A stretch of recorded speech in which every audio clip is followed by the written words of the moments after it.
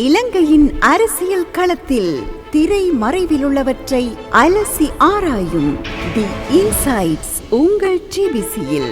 இது டிபிசியின் தேடல். டிபிசி நேயர்களுக்கு வணக்கம். இலங்கையின் அரசியல் களத்தில் நடைபெறும் சுவாரஸ்யமான விடயங்களை அனுபவம் பெற்ற ஆய்வாளர்களின் கண்ணோட்டத்தில் நோக்கும் தி இன்சைட்ஸ் மற்றும் ஒரு பாகத்தில் நாம் சந்திக்கின்றோம். இன்றைய நிகழ்ச்சியில் நாம் பார்க்க போவது தமிழ் தேசிய கூட்டமைப்பை உருவாக்குவதற்கு மீண்டும் எடுக்கப்படும் முயற்சி.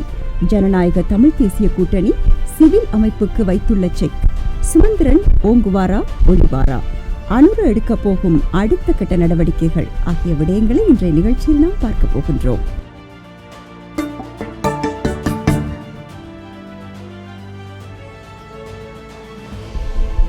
முதலாவதாக மாவட்டப்புறத்தில் உள்ள மாவை சேனாதிராஜாவின் வீட்டுக்கு சென்ற பாராளுமன்ற உறுப்பினர்களான ஸ்ரீதரன், சார்ல்ஸ் நிர்மலநாதன், முன்னாள் பாராளுமன்ற உறுப்பினர்களான சரவணபவன், சிவமோகன், சி யோகேஸ்வரன் ஆகியோர் மீண்டும் தமிழ் தேசிய கூட்டமைப்பை உருவாக்குங்கள், அதற்கான பேச்சுவார்த்தையை முன்னெடுங்கள் என்று கோரிக்கை விடுத்து வருகிறார்கள். இவர்கள் தற்போது திடீரென்று ஒன்றாக கூடிச் சென்று கோரிக்கை விடுவதன் பின்னணியில் இருப்பது புலம்பெயர் தேசத்தினை சேர்ந்த பெரிய வியாபாரி ஒருவர் என்றுதான் கூறப்படுகின்றது. எப்படியாக இருந்தாலும் மீண்டும் கூட்டமைப்பு உருவாக்கம் என்ற கோஷத்துக்கு காரணம் பாராளுமன்ற தேர்தலில் மீண்டும் வெற்றி பெறுவதற்கான ஒரு உத்திதான் என்று சொல்லப்படுகிறது. குறித்த தரப்பினர் ஏற்கனவே பொது வேட்பாளருக்கு ஆதரவு தெரிவித்திருந்த நிலையில் தங்களுக்கு எதிராக நடவடிக்கைகள் எடுக்கப்பட்டால் அதற்காக ஒரு பாதுகாப்பு கவசமாகத்தான் மீண்டும் தமிழ் தேசிய கூட்டமைப்பு என்ற கோஷத்தினை கையில் எடுத்துள்ளார்கள் என்று அவர்களுக்கு நெருக்கமானவர்களே தெரிவித்து வருகிறார்கள்.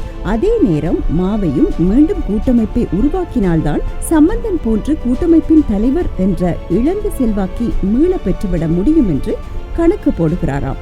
அதே நேரம் மாவையின் மகனும் கூட்டமைப்பு என்று ஸ்தாபிக்கப்பட்டால் தமது எதிர்காலமும் சிக்கலின்றி சென்றுவிடும் என்று கருதுகிறாராம். ஆகவேதான் மாவையும் அவரது மகனும் மீண்டும் கூட்டமைப்பை உருவாக்கும் உறுப்பினர்களின் கோரிக்கையை முன்னெடுப்பதற்கு தீயாய் வேலை செய்ய போவதாக திட்டமிட்டு வருகிறார்களாம்.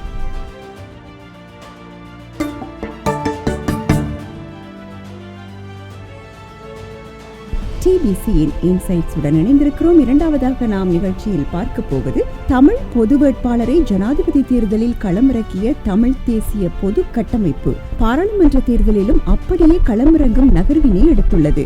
இதற்கு அமைவாக தமிழ் தேசிய பொது கட்டமைப்பு என்ற பெயரிலும் சங்கு சின்னத்திலும் சென்றால் தமிழ் மக்களின் அதிகமான வாக்குகளை பெற்று பிரதிநிதித்துவங்களை அடைய முடியும் என்று கருதுகின்றது. எனினும் சிவில் அமைப்புகளின் பிரதிநிதிகள் கடந்த ஜனாதிபதி தேர்தல் காலத்தில் அரசியல் கட்சிகளை நடத்திய விதம் காரணமாக அரசியல் கட்சிகள் தாங்கள் ஜனநாயக தமிழ் தேசிய கூட்டணியாகவே போட்டியிடுவது என தீர்மானித்து விட்டன. அதே நேரம் பொது கட்டமைப்பில் அங்கத்துவம் வகிப்பவர்கள் யாராவது பாராளுமன்ற தேர்தலில் போட்டியிட விரும்பினால் அவர்களாக பார்த்து ஓரிரண்டு ஆசனங்களை வழங்க முடியும் என்று ஜனநாயக தமிழ் தேசிய கூட்டணி ஏகோபித்து முடிவெடுத்துள்ளது.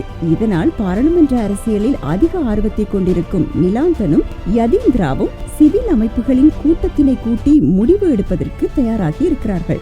எவ்வாறாயினும் ஜனநாயக தமிழ் தேசிய கூட்டணி தாம் பாராளுமன்ற ஆசனத்தினை வழங்குவதாக இருந்தால் அந்த கூட்டணியின் முடிவுகளுக்கே சிவில் அமைப்பின் பிரதிநிதிகள் இருக்க வேண்டும். அங்கே சமத்துவ அந்தஸ்து எல்லாம் கிடையாது. கட்சியின் சாதாரண தொண்டன் போன்று இருக்க வேண்டும் என்பதே நிலைப்பாடாக இருக்கின்றது. இதனால் தற்போது சிவில் அமைப்பினர் தடுமாற்றத்திற்கு உள்ளாகி இருக்கிறார்கள்.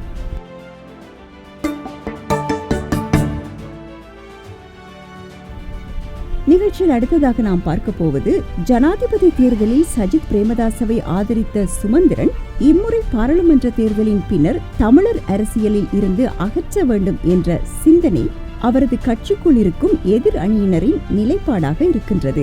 அதற்காக அவர்கள் தீவிரமாக செயல்பாடுகளில் இறங்கியிருக்கிறார்கள்.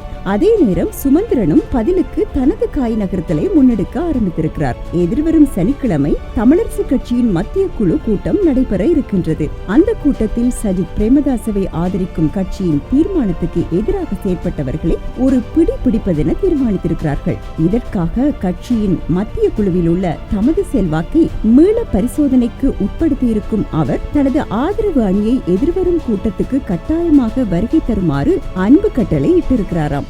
ஆரம்பத்தில் சுமந்திரன் அணி கட்சியின் தீர்மானத்திற்கு எதிராக செயற்பட்டவர்களுக்கு எதிராக ஒழுக்காற்று நடவடிக்கையை முன்னெடுக்க வேண்டும் என்று தீவிரமாக வலியுறுத்தியுள்ளதாக தெரிவிக்கப்படுகின்றது. அதற்கு அடுத்து அந்த நடவடிக்கைக்கு கால அவகாசம் இல்லை என்ற நிலைமையை உருவாக்கி அவ்விதமாக செயற்பட்டவர்களுக்கெல்லாம் பாராளுமன்ற தேர்தலில் போட்டியிடுவதற்கான ஆசனத்தை வழங்காது இருக்கும் முடிவினை நோக்கி நகர்த்த போகின்றாராம். ஆகவே எதிர்வரும் தமிழரசு கட்சியின் மத்திய குழு கூட்டமானது சுமந்திரன் ஓங்குவதற்கானதா இல்லை ஒளிவதற்கானதா என்பதை பொறுத்திருந்துதான் பார்க்க வேண்டும்.